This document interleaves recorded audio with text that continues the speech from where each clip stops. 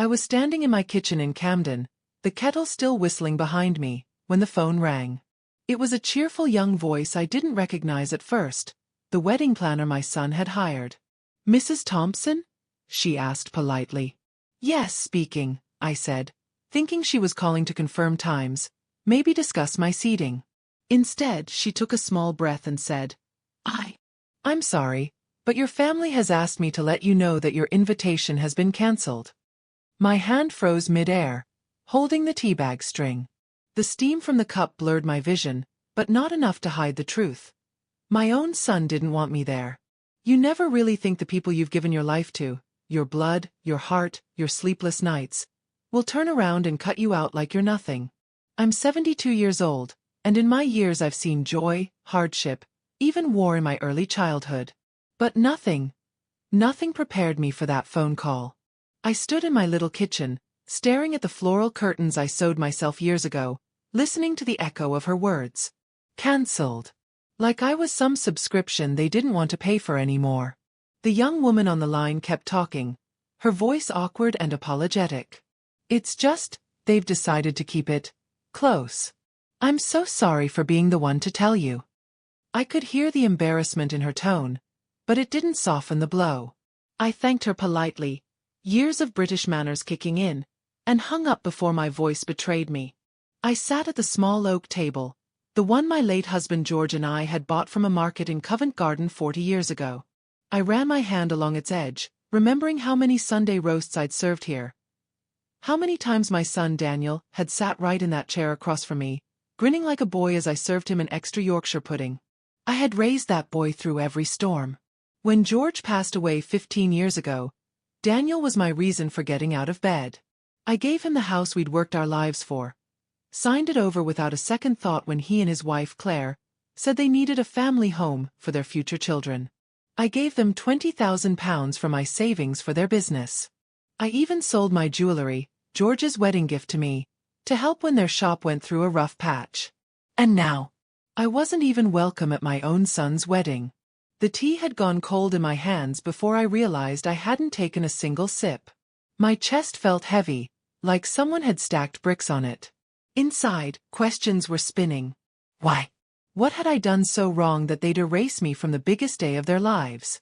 I thought about calling Daniel straight away, but the last few times I tried to talk to him, our conversations were short, rushed, and distant. He'd changed. Or maybe I just hadn't wanted to see it. I decided to walk. The streets of London always had a way of calming me. The familiar red buses rumbling by, the smell of fresh bread from the bakery at the corner, the cobblestones slick from a morning drizzle. But that day, even the city I loved felt cold. I passed by a shop window and caught my reflection. A small woman with silver hair pulled into a neat bun, wearing the same pale blue cardigan I've worn for years. My eyes looked lost. And I hated that. I had spent a lifetime teaching myself, and later my son, to stand with dignity, no matter what life threw. Yet here I was, crumbling over a phone call.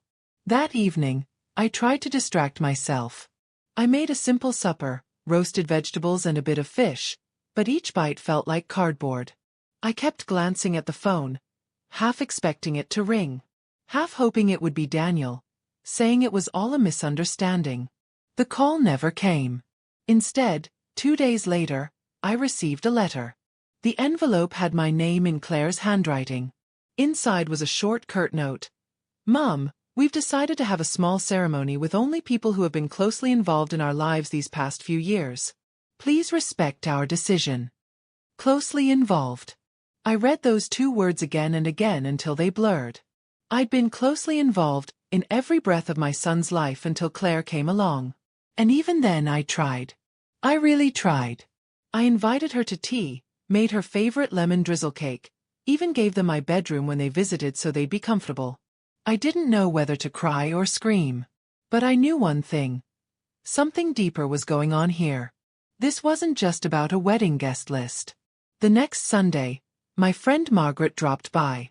She's been my neighbor for 20 years, the kind of friend who notices when your curtains stay drawn too long. The moment she saw my face, she knew. "What's happened, love?" she asked, setting down a tin of shortbread on my table. I told her everything. She listened, her brow furrowing, her hands still. And when I was done, she said quietly, "You know, I've seen Claire in the cafe near my daughter's shop, more than once with another man. It could be innocent, but I didn't want to interfere." Her words hung in the air. I felt my heart skip, then thud painfully. I didn't know what to think. Claire had always been polite, in that clipped, distant way, but she never gave me reason to suspect anything like that. Still, Margaret wasn't the type to spread gossip. That night, lying in bed, my mind kept replaying moments from the past year. Daniel avoiding my questions. Claire canceling visits last minute. Their sudden talk of financial strain, despite the help I'd given. And now, being cut out completely. I knew I couldn't just sit and wonder. If they were hiding something, if there was more betrayal under the surface, I needed to find out. Not because I wanted to punish anyone, but because I deserved the truth. And maybe, just maybe, I'd start by visiting that cafe myself. The next morning, I woke before dawn. Sleep had been broken, my mind turning over Margaret's words like a pebble in my palm. I kept hearing her voice. More than once, with another man. It was a cruel thought to start the day with, but it also lit something in me I hadn't felt in years, a quiet, determined flame. I dressed simply. Dark skirt, sensible shoes, my navy wool coat, and left the house with my little leather handbag. The city was still stretching awake, delivery lorries parked along narrow lanes, shopkeepers unlocking their doors. The cafe Margaret mentioned wasn't far. It sat tucked between a florist and a small bookshop, the kind of place you'd miss if you weren't looking. The glass front was fogged from the warmth inside, but from where I stood across the street, I could see tables in soft lamplight, the faint glint of silver spoons. I ordered a tea and took a seat in the far corner, facing the window. My hands trembled slightly, not from the cold but from what I might see. I told myself that if Claire came in, it could mean nothing. People meet friends for coffee. But deep inside, I knew this was more than about coffee. 20 minutes passed. I'd nearly finished my tea when the doorbell chimed. Claire stepped in. She was wearing a long camel coat and a silk scarf, and she wasn't alone. A tall man with dark hair and a confident gait followed her. He placed his hand on the small of her back as they walked to a corner table. My stomach tightened. They spoke in low tones, leaning close. At one point, she laughed in that soft, careful way she never did with me. And when he reached across the table to touch her hand, she didn't pull away. I sat frozen, my mind a rush of images. Daniel working late, the strained smiles, the sudden secrecy. And now this. I didn't stay to watch more. I walked home slowly, the city's winter air cutting into my cheeks. My thoughts weren't just about Claire anymore. They were about my son. Did he know? Did he care? Was this why I'd been pushed out? Because she didn't want me too close to the truth? That evening, I pulled out a shoebox from the back of my wardrobe. Inside were the documents I'd kept over the years, the house deed I'd signed over to Daniel, the bank transfers for the business loans, the jewelry receipts. Looking at them now, I realized how much of my life I'd poured into theirs. And if they were willing to cut me out so easily, I had to ask myself, what else had they taken? The next day, I rang a number I never thought I'd call. My old solicitor, Mr. Harris. Mrs. Thompson. It's been years, he said warmly. I need some advice, I told him. About property. And family matters. His voice grew serious. Why don't you come in tomorrow? When I arrived, he greeted me with tea and listened patiently as I explained everything. The cancelled invitation, the cafe, the finances. I laid out the documents on his desk. He glanced through them, adjusting his spectacles. Legally, he began carefully, you signed over the house. It's in your son's name now. But there are avenues we can explore regarding the financial transactions, especially if there was an understanding they were loans. I nodded, my chest tightening. I don't want to destroy him, Mr. Harris. But I also don't want to be left with nothing after all I've done. Understood, he said. We'll proceed quietly for now. I'd also suggest gathering more information. That night, I rang Margaret. I need a favor, I told her. Would you be willing to keep an eye on that cafe for a week? Discreetly. Just to see if they meet again. Margaret didn't hesitate. Of course, love. We'll find out what's going on. The following week, she called me twice. Same man. Same place. Thursday and Saturday. By now, the flame inside me was burning steady. Not the fire of revenge, but of resolve. On the 7th day, I decided to see Daniel.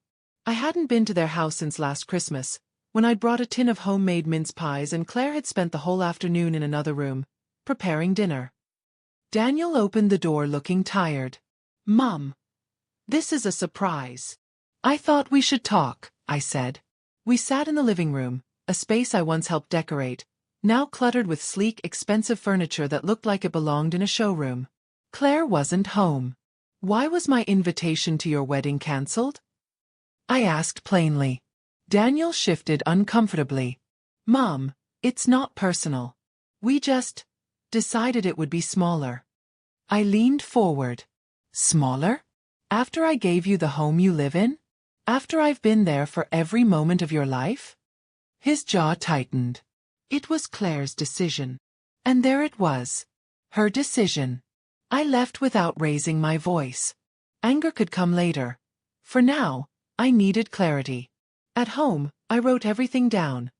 Dates, amounts, conversations, Margaret's observations. I wasn't just a hurt mother anymore. I was a woman preparing to take back her dignity, and maybe, if necessary, her security. Because I was starting to understand something. They hadn't cancelled my invitation to spare my feelings. They'd cancelled it to keep me from seeing something they didn't want me to see. The morning after my visit to Daniel's house, I woke with a strange sort of clarity. For weeks, I'd been caught in the whirlpool of hurt, the ache of being excluded, the sting of betrayal. But now, the fog was thinning. I wasn't just going to sit in this little house, waiting for scraps of truth to drift my way. I rang Mr. Harris again. I think I'm ready to take your advice, I said. He didn't need to ask which part. When I arrived at his office that afternoon, he introduced me to a man named Peter Lawson, a private investigator. He was in his early 50s, calm eyes, neatly trimmed beard, and a way of speaking that made you feel like you could trust him with your darkest secrets. Peter listened as I laid everything out: the cafe meetings, the cancelled wedding invitation, the financial sacrifices. He took notes in a small leather-bound book. I'll start discreetly, he assured me. You'll know if there's something to know. It was strange, walking back through the busy London streets after that meeting. The city seemed alive with movement. Couples laughing outside pubs, a busker playing a melancholy tune on a violin, the scent of roasted chestnuts in the cold air. All these lives carrying on, unaware that one old woman was quietly gathering the pieces of her own. That evening, Margaret popped by with more news. They met again today, she said. Same man. Same cafe. He kissed her cheek when they left. I felt a pang, not of jealousy or even anger, but of sadness for Daniel. Did he know? Or had she woven such a neat little story around herself that he couldn't see it? A week later, Peter called. I have photographs, he said simply. When I saw them, my heart sank. Claire and the man, arms linked, smiling like newlyweds themselves, strolling along the south bank, sharing a pastry on a bench, his hand on her waist. There was no mistaking the intimacy. Peter also had other information. I did some digging on your financial records, he explained. That business loan you gave them? It wasn't invested in their shop. It was transferred into an account in Claire's name, which she later used for personal expenses: jewelry, holidays, designer clothes. The photographs were one kind of betrayal. The bank records were another. Both hurt, but in different ways.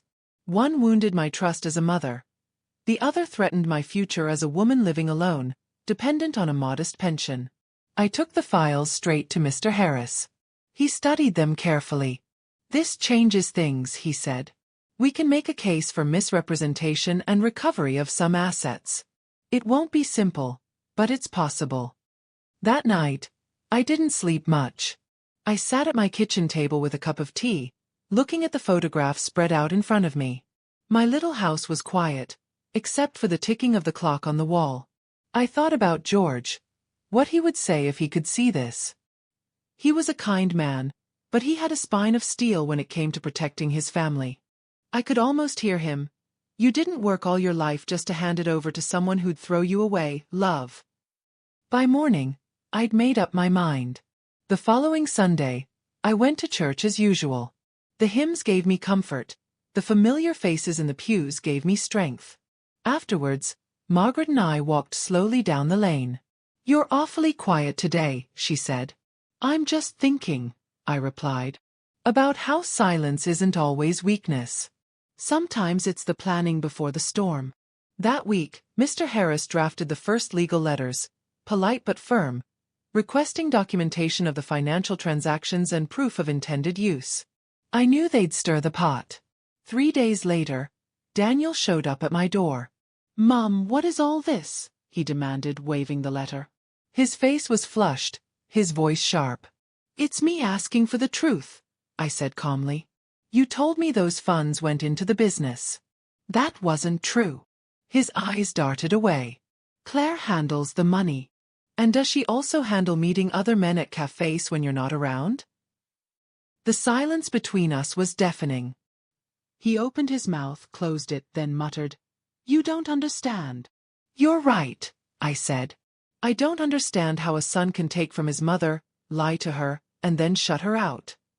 He left without another word.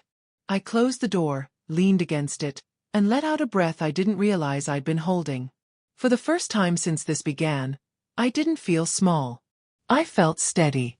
Because I knew now, this wasn't just about a wedding. It was about reclaiming what was mine. The letter had cracked the silence wide open. For weeks, there had been this quiet, festering distance between me and Daniel. Unspoken resentments, the weight of things neither of us dared say. But now, the truth had been dragged into daylight, and there was no putting it back in the shadows. 2 mornings after his visit, Mr. Harris called. "They've replied," he said, his voice clipped. "Already?" "Yes, through a solicitor representing Claire." That detail, that it wasn't Daniel's solicitor, but Claire's, told me everything I needed to know. Their response was defensive. They denied any wrongdoing, claimed the money was a gift, and insisted my interpretations of the cafe meetings were misguided. There was no apology, no acknowledgement of the hurt. Just cold legal words typed in neat black ink. I sat at my table reading the letter over and over. My home felt smaller, like the walls were inching closer. But somewhere beneath the hurt, I felt something different. Not rage, exactly, but a sharp clarity. They could call it a gift. They could spin stories and hide behind lawyers. But I had proof. And I wasn't going to let them write my ending for me. Mr. Harris suggested we escalate. "We can file a claim for misrepresentation and undue influence. It will require a formal investigation, bank subpoenas, the works. Are you prepared for that?" I thought of George again. His steady hands. His quiet, unwavering fairness. "Yes," I said. "I'm prepared." That week Peter, the investigator, came by with more findings. Claire's mystery man had a name. Martin Reynolds. Divorced, mid-40s, and according to Peter's contacts, a regular at several high-end restaurants in the West End. Often in the company of women. Claire wasn't the only one. The photographs this time were undeniable. Claire and Martin at a hotel entrance, her hand resting on his chest, his arm wrapped possessively around her. I didn't feel shock anymore. Just confirmation of what I already knew. I kept the evidence in a plain envelope on my mantelpiece. Not as a threat, but as a reminder that my instincts had been right, that I wasn't losing my mind, and that the years of being treated as though my opinions didn't matter were over. Then came the family confrontation I'd known was inevitable. It was a Saturday afternoon. The wind was biting, rattling the old windows. I was knitting in my armchair when the front door banged open and Daniel stormed in, Claire on his heels. "What is all this?" he shouted, holding up the envelope of photographs. My heart thudded. He must have taken it from Mr. Harris's office during a meeting. "It's the truth," I said evenly. "The truth you didn't want me to know." Claire's voice was sharp, almost hissing. "You've been spying on me? Hiring people to follow me around? How dare you? How dare I?" I repeated quietly. "How dare you take my home, my savings, and my trust, and then push me out of my own son's wedding?" Daniel tried to interrupt, but I held up a hand. My voice didn't rise. It didn't need to. Years of being a mother had taught me that a quiet, steady tone could cut deeper than any shout. "You've both underestimated me," I said. "You thought because I'm old, because I've always given without asking for anything back, that I wouldn't notice. But I notice everything. And now, other people notice too, including the court." Claire's face tightened. Daniel wouldn't meet my eyes. Without another word, they left, the slam of the door echoing through the small house. I sat there for a long while, my knitting needles still in my lap. I thought I'd feel shaken after a scene like that. But instead, there was a strange calm inside me, like a storm had passed and I was still standing. Over the next month, the case moved forward. Mr. Harris filed the necessary documents, Peter continued collecting evidence, and I kept living my life as normally as I could. I went to church, I baked for the community center. I even treated myself to fresh flowers every Friday. And bit by bit, I started to feel lighter. Not because the battle was over. Far from it, but because I'd reclaimed something I hadn't realized I'd lost. My self-respect. One evening, Margaret came by with shepherd's pie. We sat in the kitchen, steam rising from our plates, and she said, "You know, I've never seen you like this. You've always been kind, but now you've got this fire in your eyes." I smiled. "It's not fire, love. It's just me remembering who I am." Because the truth was, I wasn't just fighting for money, or even for justice. I was fighting for the part of me that had been silenced for too long, the part that still had strength and wit and the right to stand tall. And as the court date drew closer, I realized something else. Win or lose, I'd already taken back the most important thing. I was no longer the woman waiting by the phone for her son to remember her. I was the woman making her own way forward, on her terms. The morning of the first hearing, London wore the kind of sky that makes you reach for a scarf even if your coat is thick, low, gray, and heavy with the promise of rain. I woke before my alarm, not from fear this time, but from something steadier. Resolve, I think. I put on my navy skirt, the soft cream blouse I saved for Sundays, and a wool coat that once belonged to George. I ran my fingers over the collar, as if I could borrow a little of his quiet strength for the day. I brewed tea, but only half finished it. My hands were busy with small rituals, checking my handbag twice, smoothing a stray thread, making sure the envelope of notes I'd written was tucked neatly beside my glasses. Outside, a bus sighed at the curb and moved on. Camden hummed faintly beyond my window, the clack of bike chains, the distant rumble of delivery vans, a dog barking 2 houses over. Life carried on, and there I was, one elderly woman about to go and pull the truth into the light. Mr. Harris met me at the steps of the county court, his dark coat beaded with drizzle. "Morning, Mrs. Thompson," he said, offering a gentle smile and an umbrella in one neat motion. "You're early." "I didn't want to be late for the rest of my life," I said, surprising myself. He chuckled softly, and we went in. The building smelled of old paper and polished floors. We passed people in hushed conversations, faces lined with worry, others set like stone. In the small hearing room, the overhead lights were a touch too bright, making the wooden benches gleam. On the other side, Claire sat in a slate-gray suit, her hair pulled back in a tight chignon.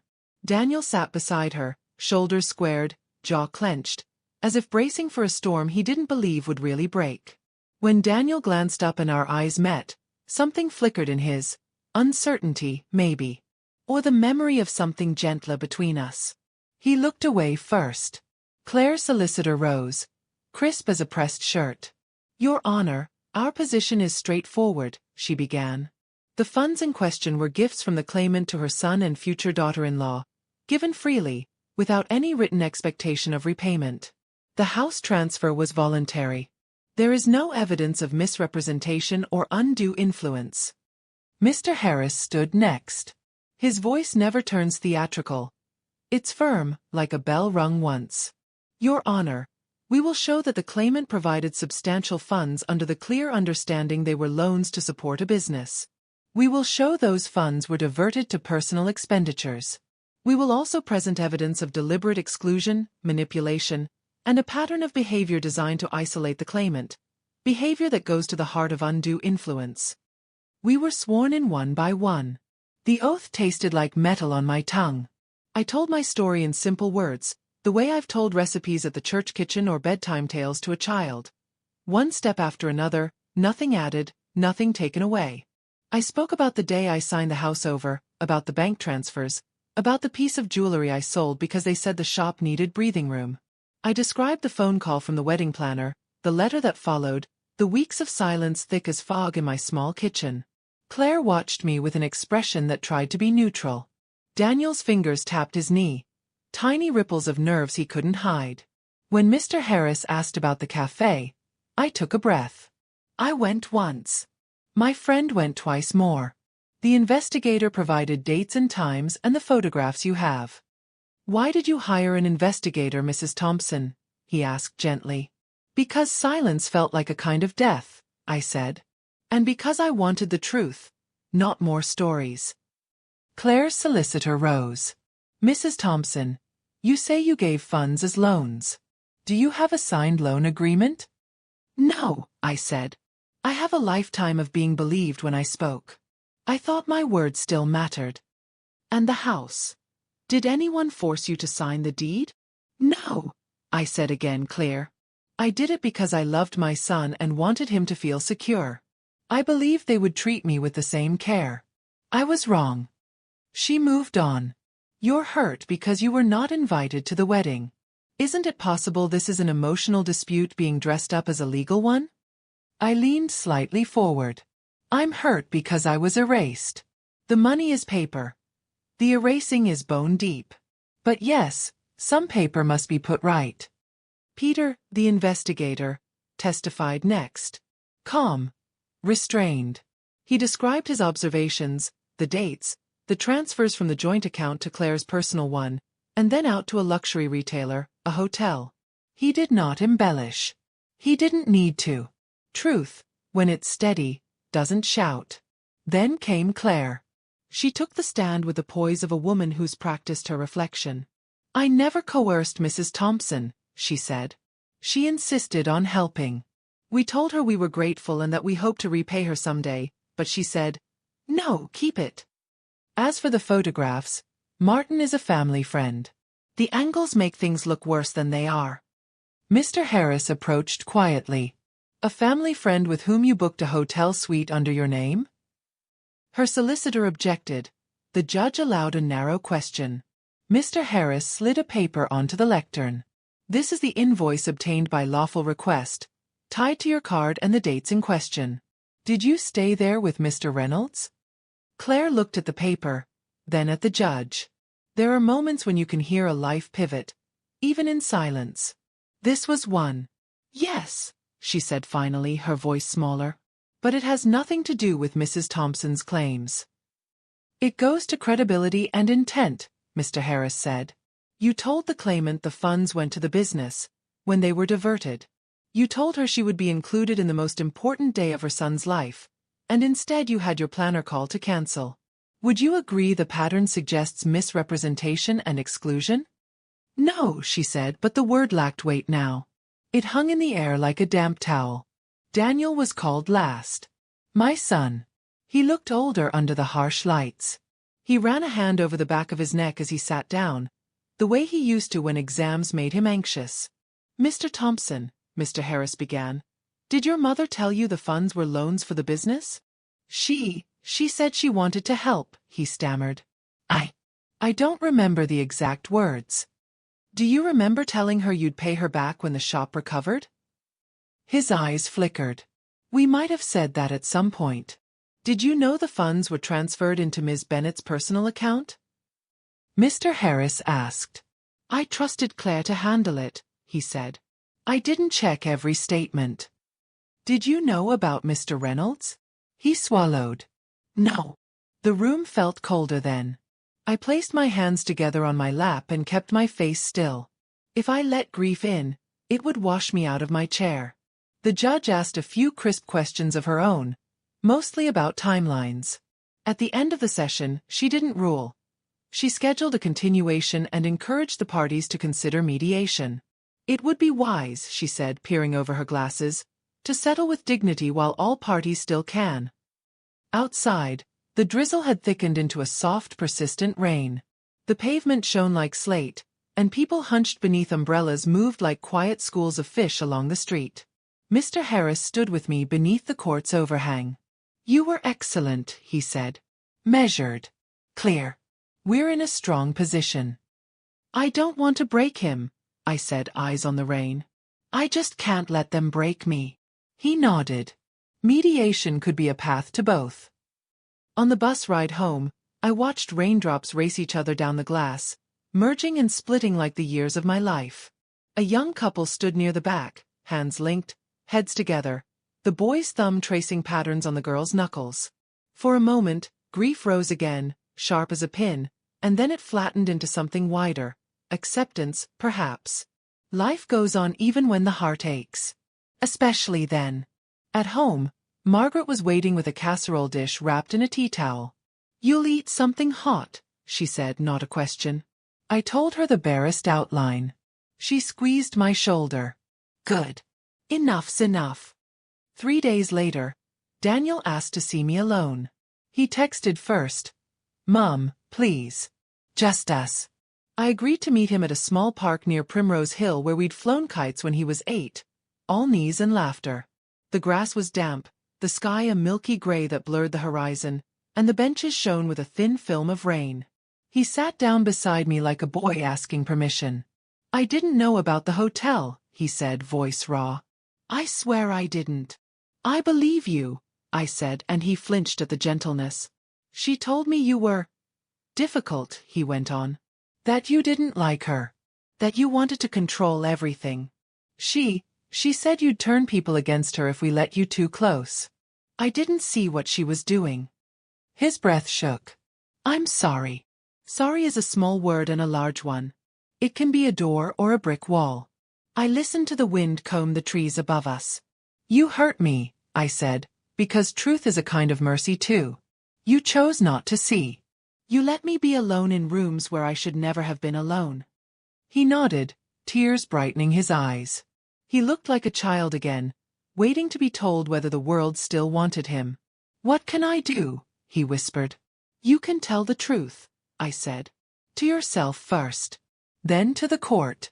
You can help make me whole again, not just in money, but in dignity. And you can build a different life with integrity, whatever that costs you in the short term." He stared at his hands. "I'll leave her," he said at last, the words falling like stones into a pond. "I should have months ago." He looked up. "I'll speak to my solicitor. I'll support a fair settlement." Something uncoiled in my chest. Not relief, too complicated for that, but a loosening, a space where breath could move again. "It will be hard," I said. "And it will be worth it." The next round came quickly.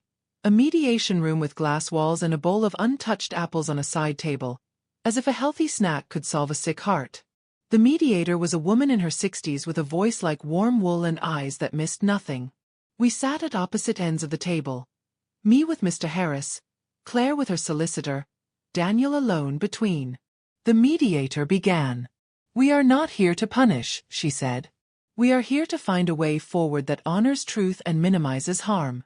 Mrs. Thompson, would you like to speak first?" I did. "I want my financial security restored," I said. "And I want the erasing to stop. Not just for me. For the sake of what's left of this family." I paused. I'm not asking for public apologies or grand gestures. I'm asking for fairness and a chance to be at peace. Claire's solicitor proposed a number so small it felt like an insult carefully wrapped as an offer. Mr. Harris declined without drama. He slid across a folder, bank statements, receipts, a summary of transfers, a list of items purchased with my money that had nothing to do with the shop's survival. "This is our starting point," he said. Hours passed. Voices rose and fell. Tea cooled in paper cups. The mediator reminded us to breathe. Daniel spoke at last, steadying himself on each word. The money was meant for the business, he said. Mum expected we'd make it right. I did too. Claire diverted funds. I didn't pay attention, and that's on me. I will support repayment. Claire's face pinched, then hardened. I'm not taking the blame for your mother's expectations, she snapped. She throws money around and wants to own people. It was almost funny, the way the past inverted itself in a sentence. My frugality, my careful saving, my selling of a single necklace to keep their lights on, now defined as throwing money around. I felt tired suddenly, down to the bones. The mediator noticed. She called a short break. I stepped into the corridor where the air felt thinner. There, a window overlooked a courtyard slick with rain. A sparrow hopped along the ledge and shook itself, sending tiny droplets outward like shot stars. When I turned, Daniel was behind me, hands in his pockets. I'll make it right, he said softly. Even if she won't. Make you right first, I said. The rest will follow. Back in the room, the mediator spoke with the tone of someone folding sharp edges into something that could be carried without bleeding. I believe we have a path, she said. Ms. Bennett, Mr. Thompson, you will agree to a structured repayment plan for the full amount transferred from Mrs. Thompson's funds, with interest at a modest rate. The house deed will be amended to include a life interest for Mrs. Thompson, ensuring her right to reside there if needed in future. Additionally, a formal written acknowledgement of the intended use of those funds will be included, to resolve any doubt. Mrs. Thompson, are these terms acceptable in principle? They were more than I expected and exactly what fairness looks like when dressed in paperwork. Yes, I said, my voice steady.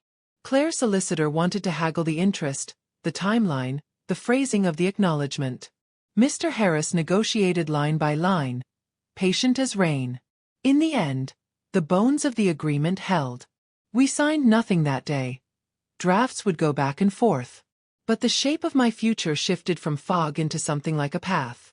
On the way out, the mediator touched my elbow in a small human gesture. You were brave, she murmured.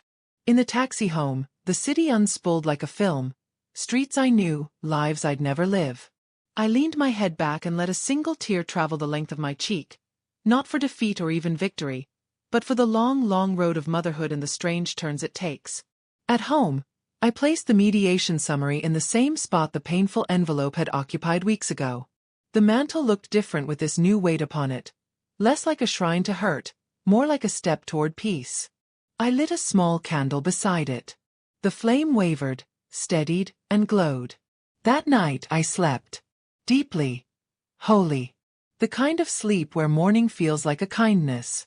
When I woke, sunlight pressed its soft palm against the curtains. The kettle sang. I stood in my kitchen, the one I've scrubbed and cooked in and cried in, and realized something simple and enormous. I had not disappeared. I had remained. I wrote 2 letters. The first, to Mr. Harris, thanking him for his care and requesting one more clause, that any future significant financial decisions involving Daniel and me be documented in writing, witnessed by a third party, not to trap us, but to keep us both honest. The second, to Daniel. I kept it short. My dear boy, I believe in your better self. Build him a good life. Make amends where you must. Choose people who choose the truth. I will be here, not to be leaned on without respect, not to be erased, but to be known as I am. Your mother. I sealed the envelope and, before posting it, held it a moment longer. The paper was warm from my hands. Outside, the city was bright and brisk.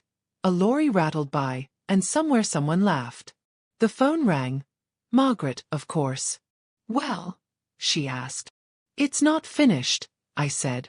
But it's beginning to be repaired. She exhaled, a smile in the sound. Come round. I've made scones. We'll eat our way through your victory. Not victory, I said, slipping on my coat. Dignity. On my way out, I paused by the mantel and touched the mediation summary with 2 fingers, the way some people touch the shoulder of an old friend. I whispered, not to the paper, but to the woman who had walked herself to this moment. You did not break. And in that quiet house in that wide city it felt true. The weeks after mediation were quiet, But not the kind of silence that presses on your ribs. This was a different quiet, the kind that lets you hear yourself think again. I kept my routines. Tea at 7, the crossword in the morning paper, a walk down to the market on Thursdays. Yet underneath each day was the slow hum of something changing. The drafts of the agreement went back and forth between Mr. Harris and their solicitor. Each one came back with red lines, small edits, the language of lawyers shaping the bones of fairness into something legally binding. One rainy afternoon, Mr. Harris rang. "We've got a final draft," he said. "Would you like me to bring it round?" He arrived with his umbrella dripping in the hall and spread the pages across my kitchen table. The words were dry, as legal words often are. Life interest retained, repayment plan established, acknowledgement of intended use of funds. But beneath the legalese was the simple truth. They couldn't erase me anymore. Not from my home. Not from the record of what had happened. "I'll sign it," I said. "But I want one more thing. A clause that if repayments stop for more than 2 months, the debt becomes immediately due in full." He smiled. "You've been learning." I signed with a steady hand. My name looked smaller on paper than it feels in my heart. 3 days later, I received something unexpected. A small brown envelope slid through the letterbox. No return address. Inside were 3 photographs. Not from Peter, not from me. Claire and Martin again, this time arm in arm outside a jeweler's, a bag in her hand that I recognized instantly. Years ago, I'd given her a brooch, a sapphire set in silver, a piece George had saved months to buy me for our 10th anniversary. I'd passed it to her on her birthday, thinking it would stay in the family. Now I knew where it had gone. There was no note in the envelope, but I didn't need one. Whoever sent it, maybe someone tired of watching lies pile up, wanted me to know the story wasn't quite finished. I didn't rush to use the photographs. Some truths are best saved for when they can do the most good. For now, I tucked them into the same folder as the others. Not as weapons but as a record. Daniel called the next evening. His voice was lighter than I'd heard in months. "The papers are signed," he said. "I've moved into a flat on my own. It's small but it's mine." I closed my eyes for a moment, picturing him there, kettle whistling in the background, the quiet of a space that didn't have to hide anything. "How are you feeling?" I asked. "Like I've stepped out of fog," he said. "Mom, I'm sorry for how deep I let it go. I should have seen it sooner." "You see it now," I said. "That's what matters." The next Saturday, he came by with a bag of groceries. We cooked together for the first time in years. Just simple things, roasted chicken and potatoes, the way George liked. It wasn't all mended, not yet. But we spoke without the barbed edges, without the weight of the unspoken between us. And then, over dessert, he said, "I've decided to sell the shop. I'll use part of the proceeds to repay you faster." It wasn't just the money. It was the choice, him taking the lead in making something right. In the weeks that followed, I noticed small changes in myself too. I started saying yes to things I'd been quietly declining for years. Coffee mornings at the church hall, a weekend trip to Bath with Margaret, even a beginner's art class at the community center. The world had felt so narrow when betrayal sat at the center of it. But as that weight lifted, the edges of my life began to widen again. The formal signing of the agreement happened in Mr. Harris's office, a plain conference room with a clock that ticked far too loudly. Claire was not there. Her solicitor handled her end. Daniel signed beside me.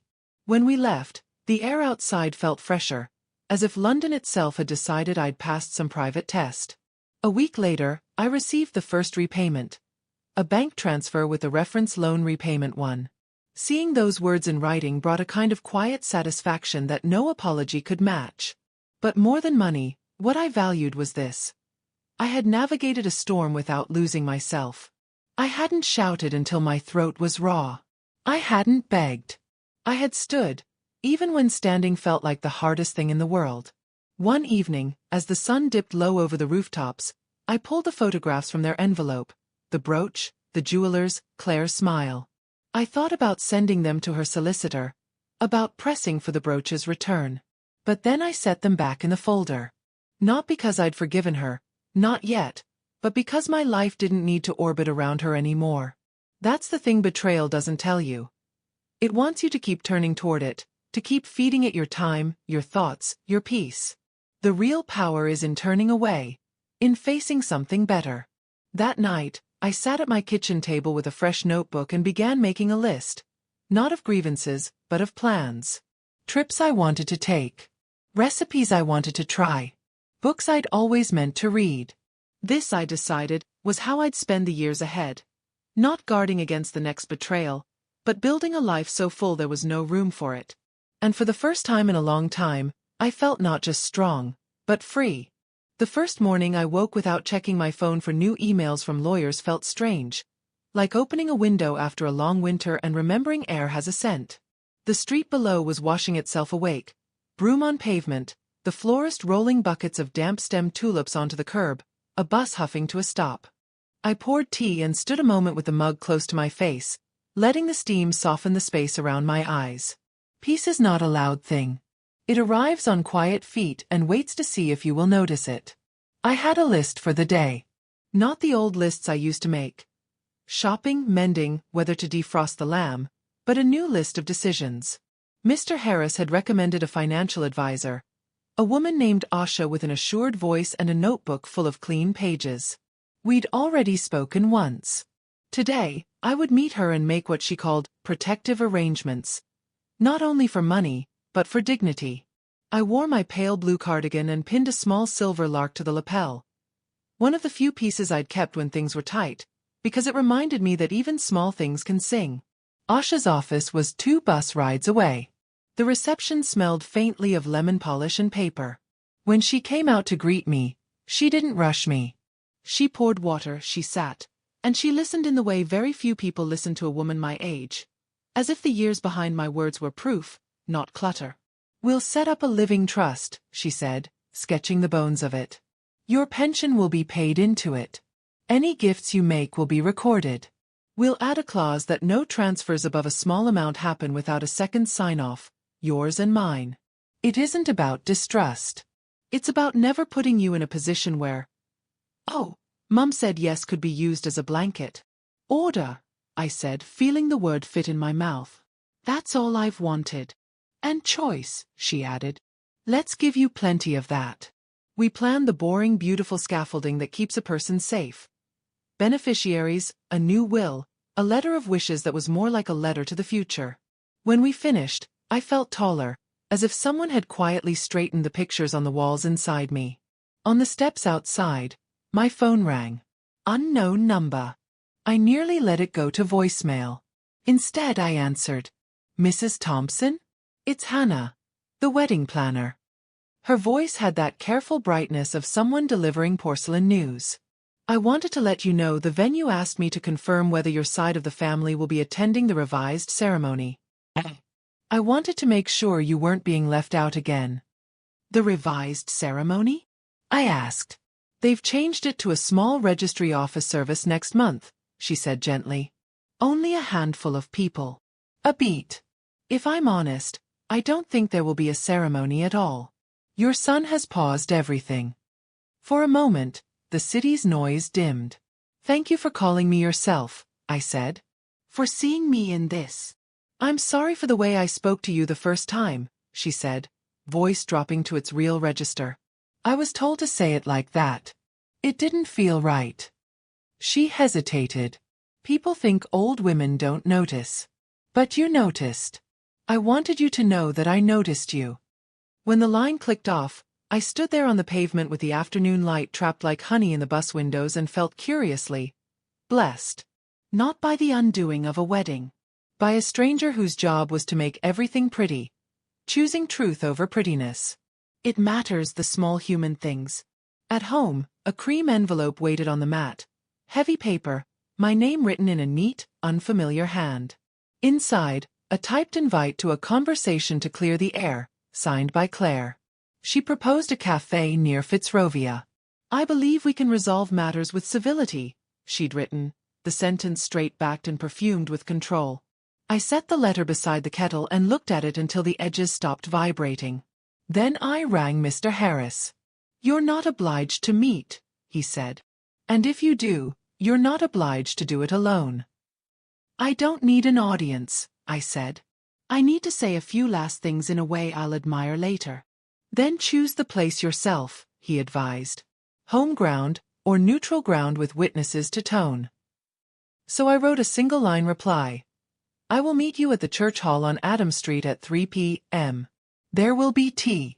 On the day, I laid out cups and a plate of biscuits because I was raised to feed even the people who have starved you. The hall smelled of old hymns and floor wax. Sun poured through the high windows and fell in obliging squares across the wooden floor. I sat at a folding table with my back to the wall so I could see the door. It's a small thing, but after a season of not seeing, I wanted to see everything. She arrived 2 minutes late with sunglasses pushed into her hair. She looked tired, the kind of tired that comes from rehearsing lines.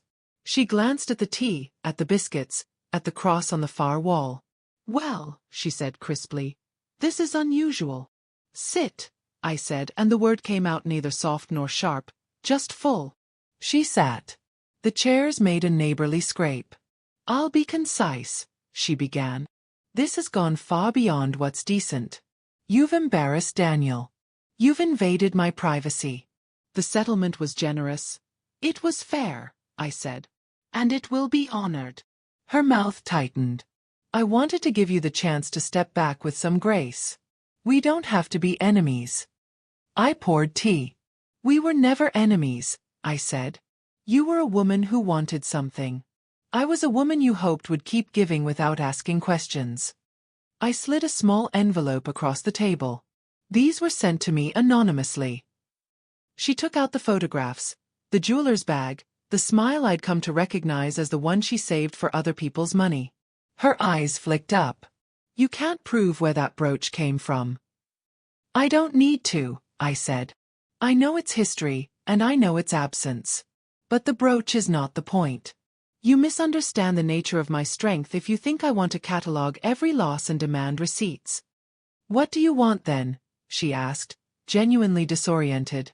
Very little, I said. I want the repayments to continue on time. I want no further contact unless it concerns those terms. I want you to stop speaking my name as if it is a problem you solved. And I want this said aloud to your face. You will not ever again call a woman's tenderness a weakness and count on it to feed you. Her cheeks colored, then drained. She put the photographs back in their envelope and tapped it against the table. You've made quite a story out of this, she said, trying for lightness and missing by a mile. I didn't make a story, I said. I told the truth. I lifted the teapot. Milk. No, she said, as if accepting anything from me would make her smaller. She stood. You're very good, she said almost approvingly. Most people your age just comply. I did for a long time, I said. That age has ended. I smiled, a small domestic smile that would not make the papers. Goodbye, Claire. She left without touching her tea. I sat alone in the pleasant square of sunlight she'd vacated and buttered a biscuit with the side of my thumb until it shone.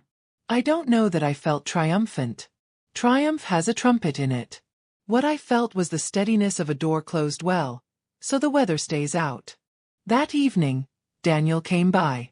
He didn't ask what had been said, and I didn't offer. Some things are not bridges. They are fences that make good neighbors of what should not meet again.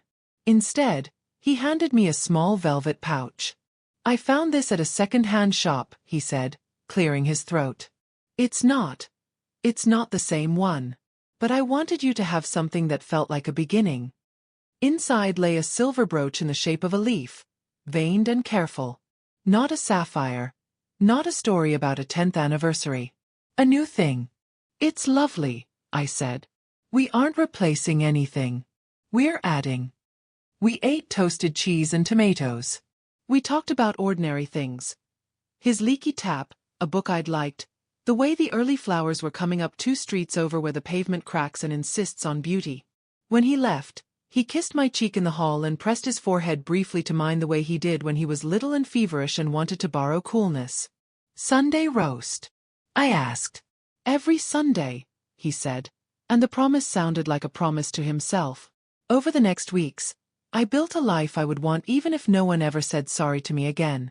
Margaret and I took the train to Whitstable and ate oysters under a sky the color of pewter. I signed up for a beginner's watercolor class and painted small, stubborn jugs of daffodils that looked more like suns with handles. I stood in my kitchen at odd hours and danced a little when the radio played an old song that knew me. And then I made one last decisive act. It arrived on the back of a conversation at the church hall, where a woman named Ivy told me in a whisper about her son who'd borrowed her bank card for a year. "He says he'll pay it back when work picks up," she said, eyes fixed on the floor. "But it's my food money, you see." The next day I asked Asha and Mr. Harris to meet me together. We sat again at my scrubbed table with papers and tea and that silver lark watching. "I want a small fund," I said. "Not grand. Quiet. It will pay for an hour with a solicitor for anyone in our borough over 65 who thinks they're being taken advantage of. And another hour with a money counselor to set up protections. No questions about whether they mean well. The facts and a path." Asha smiled in that way that people smile when they are proud of you without saying so. Mr. Harris nodded, already making a list. "We can set that up under your trust," he said. "We'll call it something simple." "Call it the Kettle Fund," I said. "Because sometimes the bravest thing you can do is put the kettle on and tell the truth to someone who will write it down." We did it. We put forms in the community center, a notice at the GP surgery, a discreet flyer at the chemist. Within a month, 3 women and 1 man had sat where I'd sat and said what I'd said and left with the beginning of a plan. The world did not tilt. The news did not celebrate us. But each person walked a little straighter out the door. That was enough. On a bright Saturday, I took the train alone to the coast. I wanted to stand where the land stops arguing and lets the sea have its say. The air was sharp with salt and old wood. Children shrieked at the edge of the water as if joy were something you could scoop up and throw. I walked along the shingle and picked up a piece of green glass polished soft by years of insistence. It sat cool in my palm like proof that broken things can become beautiful if they are turned and turned and turned in patience. I spoke aloud, not to the air exactly, but into it. "I forgive what I will, and I return what I won't carry." The wind took the words and folded them into itself. I felt something loosen, not a knot but a net. When I came home, I placed the green glass on the kitchen sill beside a pot of thyme. It catches the afternoon light and throws it in a small green boat across the counter. On the mantel, the mediation file and my new will sit in a tidy stack with a ribbon around them. Documents that say, in their quiet way, she stayed. That evening, I wrote one more letter. Not to Daniel. Not to Claire. To myself. Dear Ruth, you did the hard thing without hardening. You asked for fairness without letting bitterness be your only language. You learned to keep proof and keep kindness. When someone tried to cancel you from your own life, you wrote yourself back in with your full name. Keep going. There is soup to make and laughter to let in and people to help and mornings to meet. You are the home you gave away and then rebuilt inside your own ribcage. You are not a problem to be solved. You are a person to be honored. Love. Ruth. I signed it and tucked it into the notebook where I keep recipes and small miracles. The kettle clicked off. The room breathed warm. From the street came the ordinary music of a Saturday night. Voices, a bicycle bell, someone humming. I stood by the curtained window and thought about that first phone call, the one that split my quiet open and let the cold in. If I could speak to the woman holding the teabag string with a trembling hand, I would tell her this. They cannot cancel your invitation to your own life. Even if they try to write your name out of the program, the stage is still here, and your voice is still yours. I turned off the light, and the house held me without question. Not triumphant. Not defeated. Simply whole. The morning light in Camden has a particular way of touching the curtains when it's spring. Softer, warmer, as if it's leaning in to say, it's safe to come out now. I woke to that light on the first day of April, my birthday. 73 years on this earth, and this year I felt more alive than I had in decades. The kettle sang while I laid out a simple breakfast. 2 slices of sourdough, butter softening in a dish, a small jar of marmalade. Birthdays used to be about cards from people who signed them in a hurry and hurried off again. This one, I decided, would be mine in the truest sense. Not to be performed for anyone else, but to be lived by my own choosing. At 10, the doorbell rang. Daniel stood there, a bouquet of yellow tulips in his hands. Tulips were George's favorite. I knew that was his way of saying he remembered. "Happy birthday, Mum," he said, and for the first time in years, his voice didn't sound like it was carrying something unsaid. He came in, put the flowers in water, and handed me a small parcel. Inside was a leather-bound journal, the kind you want to write carefully in. "For whatever you want to remember next," he said. We had tea at the kitchen table, the one that has heard more of my life than anyone alive. There was an easiness between us now.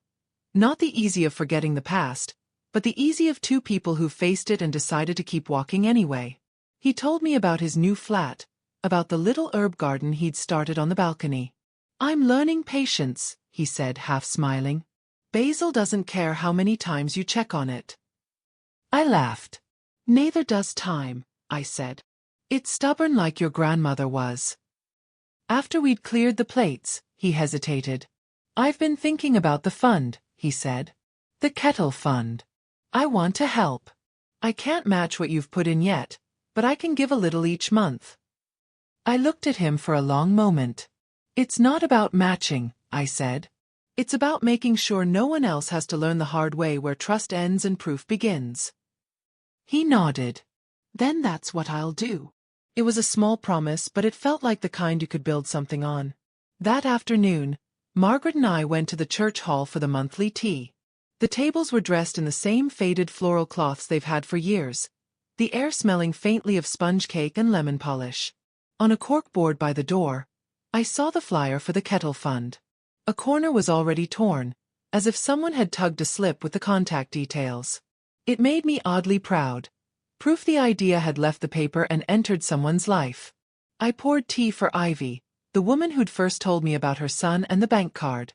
Her cheeks looked fuller now, her laugh less apologetic. "Got my account sorted," she said. "Bank even refunded some of it. Didn't think they'd listen to me, but your solicitor friend knew just what to say." "That's the point," I told her. "Sometimes you just need one person to stand next to you so you're not alone in the telling." Later, Asha stopped by with the final paperwork for the fund's structure. "It's official now," she said, sliding the folder across the table. "Registered. Documented. With clear governance. No one can quietly make it vanish." I ran my fingers over the embossed cover. There was something about seeing it there in black and white, the thing I'd built out of the rubble of what had been taken from me. That evening, I took a walk along the canal. The water was quiet, reflecting the last of the day's light in silver ribbons. Joggers passed, cyclists rang their bells, a pair of swans drifted slow and sure. I thought about the woman I'd been a year ago, waiting for an invitation that would never come, holding her breath in a kitchen that suddenly felt too big, too cold. I thought about the phone call from the wedding planner, the way my hands had trembled. And then I thought about the woman I was now, walking on her own feet toward a home where she chose what stayed and what didn't. Halfway down the towpath, I stopped and took the piece of green glass from my pocket, the one I'd found at the coast, shaped by years of tide and grit. I held it up to the fading light, and it glowed like a little lantern. Then I slipped it back into my pocket. Not everything needs to be left behind. Some things are worth carrying, if only to remind you what you've survived. The next week, I got an envelope from Claire's solicitor. Inside was a check, the second repayment, and a brief note stating it fulfilled her portion of the obligation under the agreement. No warmth, no personal touch. And that was fine. I didn't need her words. The money was not a gift. It was the return of what was mine. I placed the check in the bank and later that afternoon, used a small part of it to order 6 kettles, plain, sturdy ones, to be delivered to the community center. We would give them to people who came to us with their stories. It seemed fitting. A new kettle for the next pot of tea in the next conversation that might change someone's path. On the first truly warm day of spring, Daniel came by again, this time with a small cake. "For you," he said, "and for the new chapter." We sat in the garden, the tulips from my birthday now opening wide in the sun. Bees moved lazily among them. "Mom," he said quietly, "I've been thinking about what you told me. About truth. I've started telling my friends about what happened. Not to shame anyone, but so they know. One of them said his mum's going through something similar. I gave him Mr. Harris's number. That's how it works, I said.